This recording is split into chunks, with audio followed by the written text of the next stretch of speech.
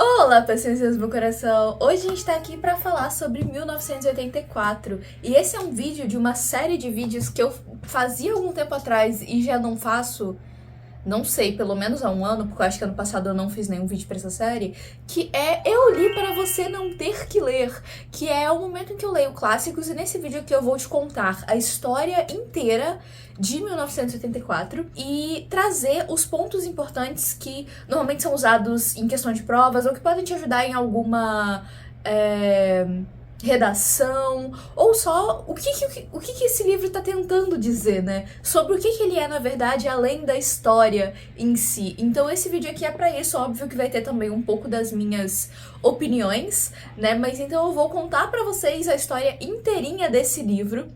E vamos começar logo porque é um livrão, né? Ele não é um livro enorme, ele tem 414 páginas. Eu principalmente ouvi o audiobook e o que me deixa um pouquinho chateada de ter ouvido o audiobook, eu achei o audiobook no Spotify, inclusive, super fácil, acessível, para você poder conhecer essa obra na íntegra também.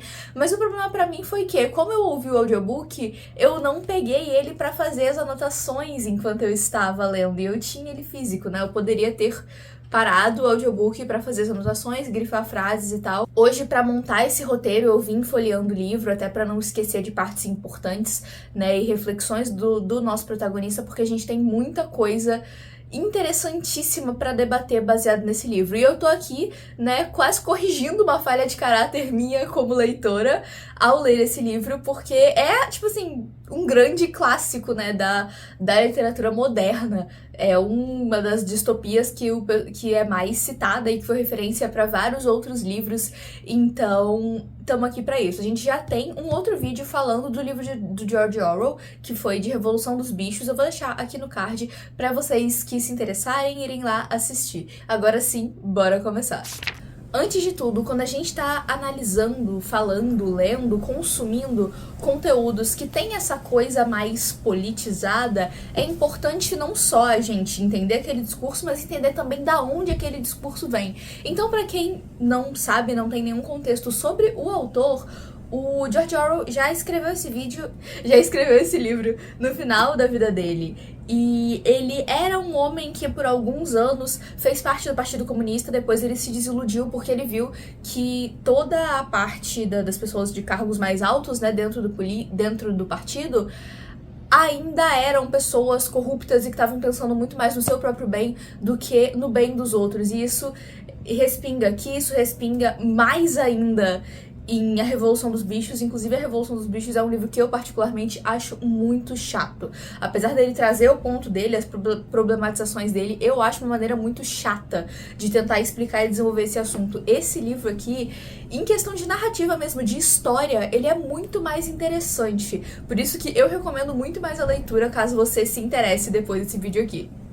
Mas o George Orwell nasceu na Índia e esse livro foi escrito durante a época da Guerra Fria. Então era um momento em que o mundo estava muito politicamente tenso. Apesar de não ter acontecido nenhum conflito direto, os conflitos indiretos geram uma atmosfera de instabilidade, de medo muito grande. E sim, esse livro é uma grande crítica e uma uma tentativa de prevenção. Muitos estudiosos da área, né, acreditam que é o discurso, o legado que o George Orwell queria deixar para gerações futuras sobre o quão perigoso e o quão ruim é o totalitarismo, independente se é de um governo de esquerda ou de um governo de direita. Eu vejo aqui claramente que o partido, né, representado aqui, que é quem domina a sociedade, é um paralelo a um partido comunista por várias pequenas coisas que estão ali na narrativa, mas ele também critica os outros lados, sabe? Então, é uma crítica geral a governos totalitários e não ao comunismo em si ou ao capitalismo, nazismo, enfim, fascismo em si. Agora sim, vamos começar a apresentar o livro, porque a gente tem o nosso protagonista que é o Winston, que isso nunca é dito completamente qual a idade dele, porque uma das coisas que aconteceu desde a instituição desse novo regime é que o tempo meio que se perdeu, a concepção que se tinha antigamente sobre anos e meses, essa coisa foi um pouco perdida. Então eu entendo que o Winston é um homem que já tem ali uns 40 e poucos anos, e ele é um dos funcionários do partido, não da parte central, né, mas ele está ali como uma das engrenagens que faz essa máquina girar. E o trabalho dele é no Ministério da Verdade, que é um lugar onde acontecem as falsificações de documentos históricos. Tanto jornais, livros, enfim, tudo isso é falsificado para que o partido esteja sempre certo. E às vezes tem coisas como pessoas que são apagadas, né, da realidade, como se elas nunca tivessem existido. E ele é uma das pessoas responsáveis por reescrever essas histórias. A gente vê desde o início o quanto é restrito toda essa coisa do escrever e do registrar, porque muita coisa do tipo assim, ele recebe uma matéria de jornal e aí tem, tire o nome do fulano. E aí ele tem que não só inventar toda uma coisa para que faça sentido o fulano não estar ali, ou substituir o fulano por outro fulano, né? Mas tanto a matéria original quanto o pedido, depois que eles são cumpridos, eles são jogados num buraco na parede para serem queimados, para que não se tenha registro daquilo, né? Então é um cargo, não só dele, mas de todo esse ministério, né, que tá reescrevendo a história o tempo inteiro. Tem momentos também que ele fala sobre, às vezes tem as previsões, né, não, porque nesse ano a qualidade de vida do trabalhador vai melhorar em tantos % no sentido tal, e aí a comida, porque a comida também é racionalizada, nesse sentido de ser... Ela é divididinha e contadinha para cada pessoa. Então, em momentos o partido diz que, mas nesse ano a gente tem a previsão de que vocês vão receber mais tantos % de ração de chocolate. E aí, quando chega na realidade, a ração diminui. E aí você tem que mudar a previsão que foi feita lá no passado. Por quê? Porque o governo está sempre certo. Vou aproveitar esse momento para apresentar para vocês também os outros ministérios. Então a gente tem o Ministério da Verdade, que é o que eu expliquei, que fala sobre as falsificações. O Ministério do Amor, que é responsável por torturar presos políticos. Em resumo, é isso que o Ministério do Amor faz, não só torturar, prender, enfim, presos políticos. E o Ministério da Paz, que se encarrega da guerra. E aqui é o momento que vocês precisam entender também a geografia desse mundo novo. Eu vou até abrir aqui um mapinha que eu achei, porque eu acho que só assim que eu consegui entender, de fato, como que funciona a geografia desse mundo. Mas o mundo inteiro está dividido em 3 super países, podemos dizer assim, que são países enormes, que têm governos próprios. A história, né, que a gente está vendo se passa na Oceania, que é um país que integra a Oceania, né, obviamente, uma parte da África e toda a América do Sul, Central e do Norte. Tudo isso é chamado de Oceania nesse livro. E foi uma das coisas que me deixou muito confusa no início, porque para essa informação vir no livro, ela demora um pouco, tá? E aí a gente tem os outros 2 países que são a Eurásia, que é a junção da Europa com a Ásia, né? E um pedacinho ali do comecinho da África, e a Lestásia, que é o menor desses países, que pega a parte mais ao sul da Ásia, né? Então a gente tem ali a China, por exemplo, a parte da Lestásia, enfim. E a parte que fica em guerra é essa parte do meio, que tá ali uma parte da África e um pedaço da Ásia também. Tendo todo esse cenário em que escrever e registrar coisas é muito restrito, o Winston conseguiu comprar um caderno. E ele quer muito começar a escrever nesse caderno como um tipo de diário, contando como são as coisas, como é a vida que as pessoas levam durante esse governo do partido. Porque ele se lembra de como era antes da Revolução. Logo, ele se sente meio absurdado que as pessoas se esqueçam. E ele começa a registrar pensando nisso.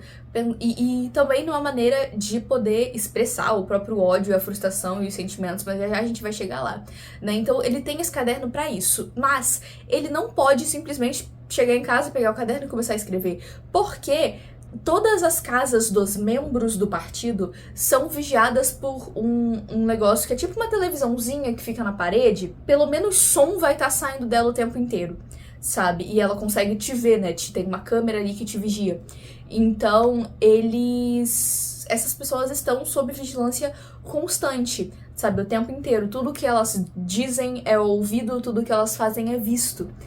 Por isso que se tem essa sensação de repressão tão grande. Então ele tem que achar momentos e lugares meio escondidos para conseguir escrever nesse caderno e fazer esse registro que ele tanto quer. Além de que, óbvio, só o fato dele ter um caderno em casa já seria crime, porque ele tem a intenção de escrever e registrar algo e isso não pode ser feito.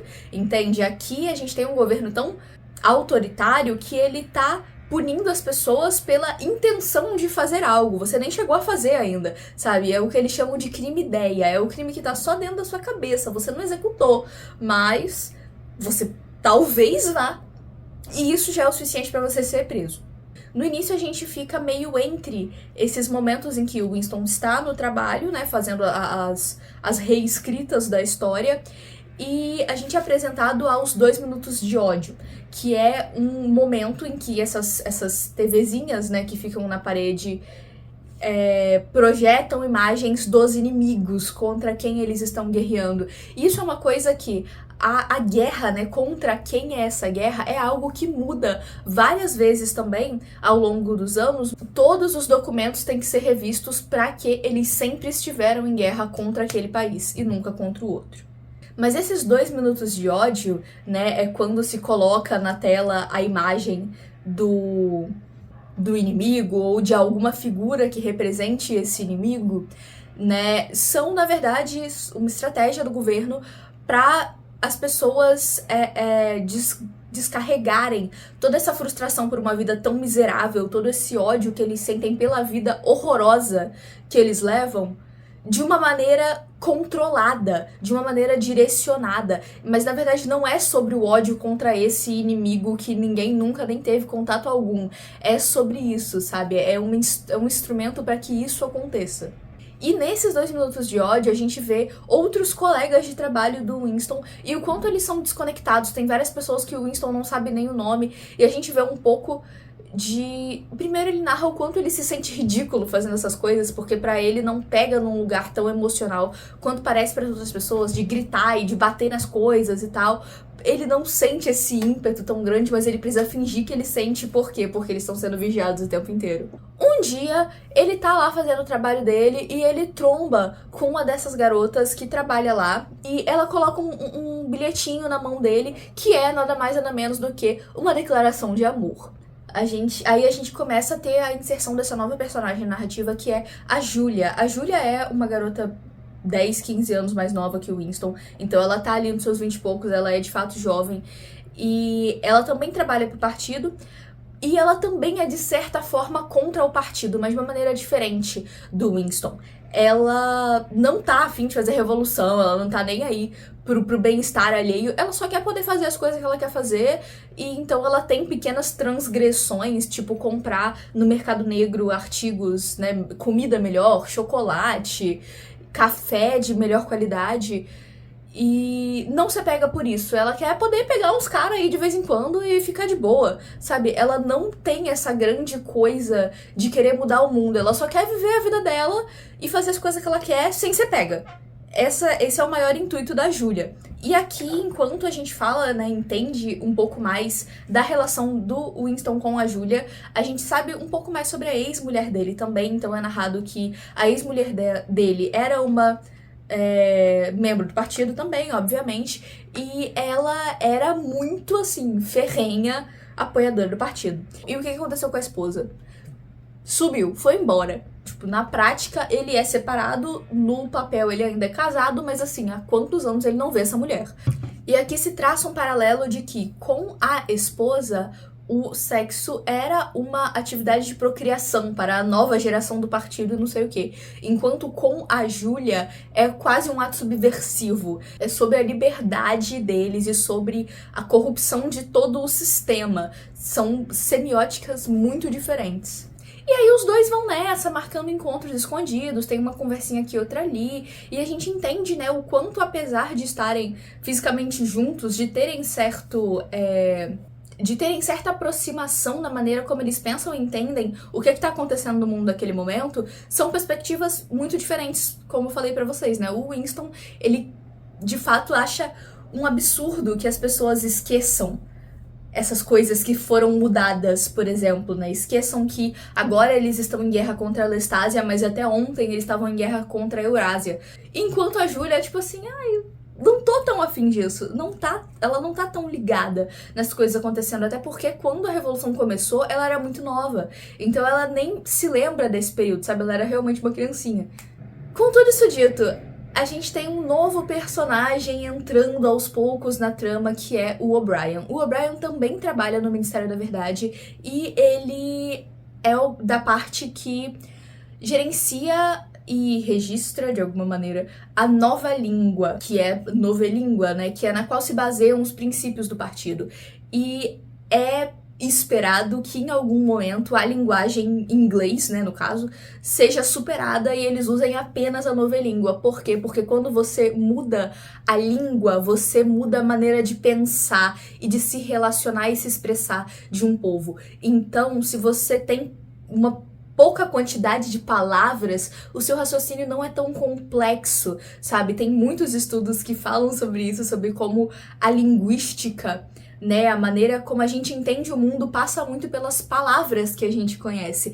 E eu acho isso maravilhoso, um negócio que uma sacada genial que o George Orwell teve aqui de fazer isso sobre a língua. E aí, eventualmente, esse cara com quem o Winston já tinha tido uma conversa ou outra, e por um olhar, por uma coisa assim, ele acreditava que o O'Brien era contra o partido também. Então ele estava esperando, de alguma maneira, uma oportunidade de se aproximar, de talvez conseguir ali ter um momento em que eles pudessem conversar um pouquinho mais. E algum dia o O'Brien chega pra ele e fala, cara, você demonstra um domínio muito interessante da Novelíngua, você já leu o novo dicionário, quer dar uma olhada? Passa lá em casa, que eu te empresto.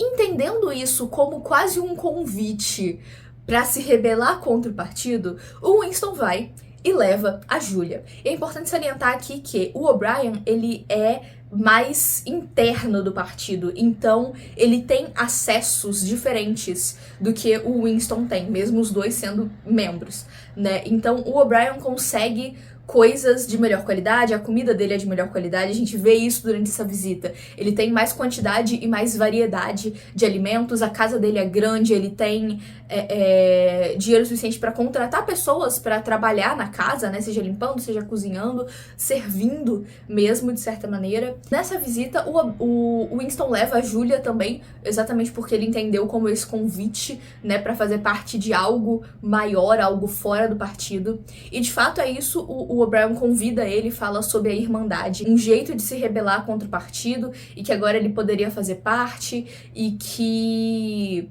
ele não saberia quem são as outras pessoas envolvidas, pela própria segurança, pela segurança das outras pessoas também. Enfim, várias coisas assim de organização secreta mesmo contra o governo. E o Winston sai com a mensagem, assim, né, de que eventualmente um cara... Eventualmente não, em uma comemoração específica da Semana do Ódio, um cara ia trombar com ele no meio da rua e falar, o senhor, você deixou sua pasta cair. E aí ia entregar uma pasta que ia ter um livro onde se fala de como o partido articula a sociedade para se manter dominante. Não só o partido, como a alta camada da sociedade. E a gente tem vários trechos desse livro, conforme o Winston vai lendo, que falam sobre como é fundamental para a parcela dominante manter as outras sob controle e as maneiras como isso acontece. Que o movimento natural da história é que a gente tem uma camada dominante, uma camada média e uma camada popular, distante, alienada. Então que o jogo do poder se faz entre essas duas camadas que já são de cima, sabe? É uma dominando a outra. A terceira camada, ela, como se ela tivesse alienada demais, distante demais de questões políticas para de fato fazer alguma diferença, para de fato acordar, né, e reagir contra esse governo opressivo que eles estão vivendo. E é por isso que a segunda camada, que é a qual o Winston faz parte, é a mais vigiada. E como ter uma guerra externa, né, algo para unir toda a sociedade, um inimigo comum, faz parte desse negócio. Então que pode ser que nem tenha uma guerra de verdade, sabe? Que seja só uma coisa inventada, afinal ninguém vê essa guerra, ninguém sabe o que tá acontecendo de fato lá. Ele continua se encontrando com a Júlia, tem um quartinho que eles alugam em cima de uma loja de antiguidades, inclusive nessa loja tem algumas passagens que o Winston fala sobre uma decoração, uma peça de decoração de casa, que é um coral dentro de uma resina transparente, e ele fala muito sobre como parece essa coisa de que o tempo está congelado ali dentro, sabe? Ele tem essa sensação várias vezes, enfim, ele continua se encontrando com a Julia, e é descrito coisas que os proles, que é essa camada mais pobre e alienada da sociedade, têm acesso, que são negadas inclusive para membros do partido, como por exemplo maquiagem. Então tem cenas que para fazer uma coisa mais sexy assim, a Julia se maqueia e não sei o que, de uma maneira bem troncha, eu imagino, já que ela, né, não se maquia no dia a dia, eu imagino que ela não saiba como se maquiar, sabe? É mais um achismo do que qualquer outra coisa. E, de novo, enquanto o Winston está lendo esse livro, de fato, meu Deus, oh meu Deus, é assim, é isso, né? A Julia tá meio, deixa eu dormir aqui um pouquinho, sabe? Ela não tá tão interessada, ela tá até um pouco distante de toda essa história em comparação a ele. Eventualmente, eles são pegos pela polícia do pensamento. E nessa eles são separados, né? Então, a partir daí, a gente só tem o ponto de vista do Winston, mas a gente descobre que ele já está sendo vigiado há anos, porque exatamente a coisa do crime-ideia que eu falei pra vocês, você não precisa de fato cometer um crime para ser considerado criminoso nesse universo, nessa distopia. Então, ele já tá sendo vigiado há bastante tempo porque perceberam que ele não, de fato, acreditava nos princípios do partido, que ele não, de fato, se empolgava nos 2 minutos de ódio e coisas assim, sabe? E aí ele fica preso por muito tempo, gente. Muito tempo. Passando por vários lugares diferentes e eventualmente chega a parte, o momento em que ele já tá fraquíssimo. Primeiro ele é muito, muito interrogado e espancado.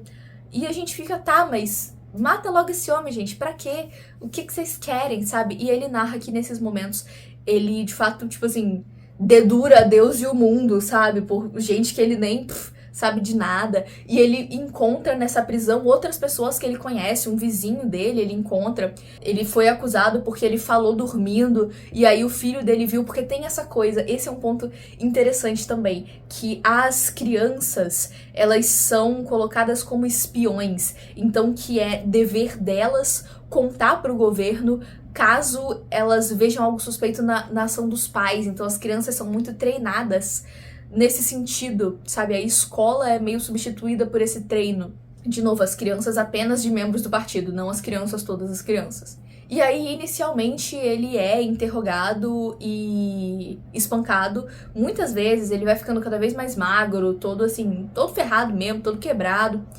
E aí chega a parte pior, a parte, de fato, da tortura e da lavagem cerebral, não só de uma maneira, né, física, não só dando um murro, mas com choques elétricos e coisas que são, de fato, assim, quase beirando o insuportável.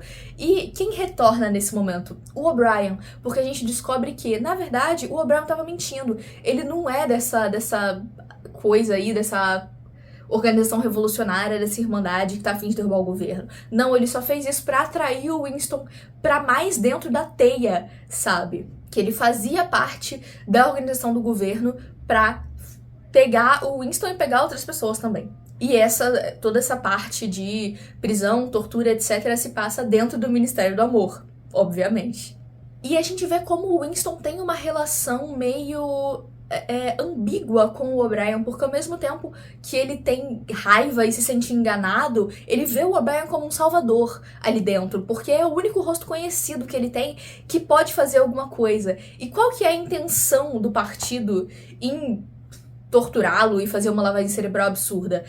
É não matar as pessoas, mas matar as ideias, porque para manter o controle da população e manter o governo da maneira que eles precisam controlar os pensamentos. Então é isso, sabe? Eles fazem várias coisas horrorosas com o Winston, porque pra libertá-lo, eles têm que ter certeza de que eles conseguiram dominar os pensamentos do Winston, que ele tá convertido à ideologia do partido.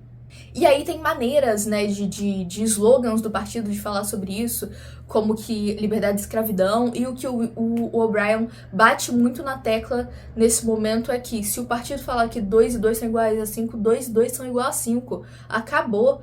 É sobre isso, é sobre você acreditar cegamente no que está sendo falado pra você. Não é pra você ter senso crítico, não é pra você pensar por si próprio.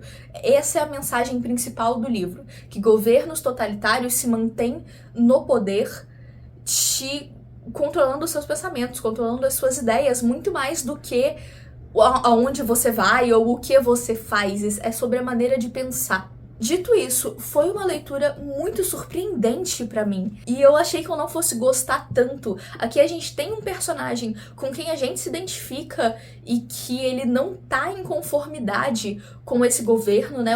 Eu achei que seria de alguma maneira... Eu achei que seria, assim, de alguma maneira sobre rebelião, mas não da maneira que foi, sabe? A gente tem cenas...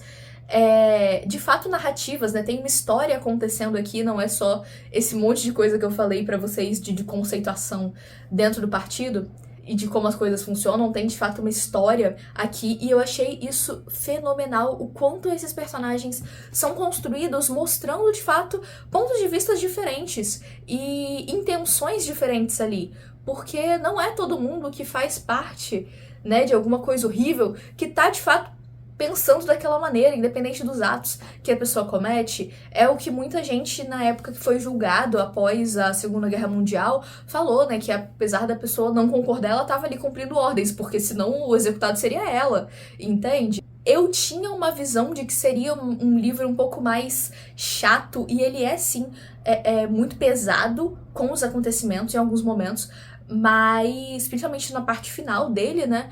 Mas eu achei muito, muito envolvente e muito interessante a história em si.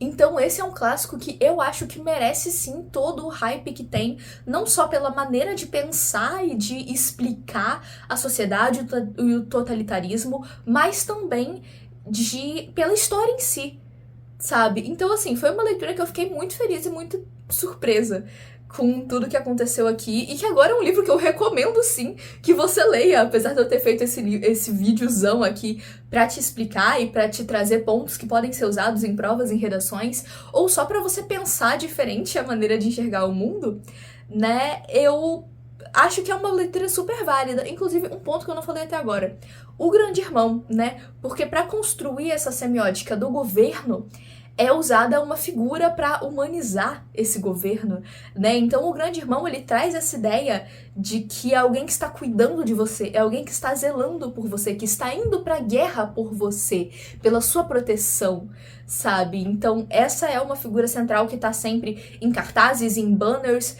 e ele é uma figura para ser adorada, ele é um herói, ele é um salvador. Ele não é só a pessoa que vigia, ele tá te vigiando porque ele quer o seu bem.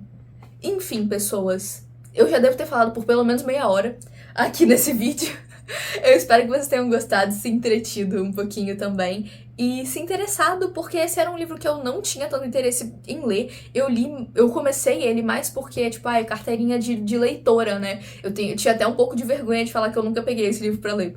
E a minha experiência com A Revolução dos Bichos fez com que eu não tivesse nenhuma vontade de ler, porque eu achei A Revolução dos Bichos muito chato.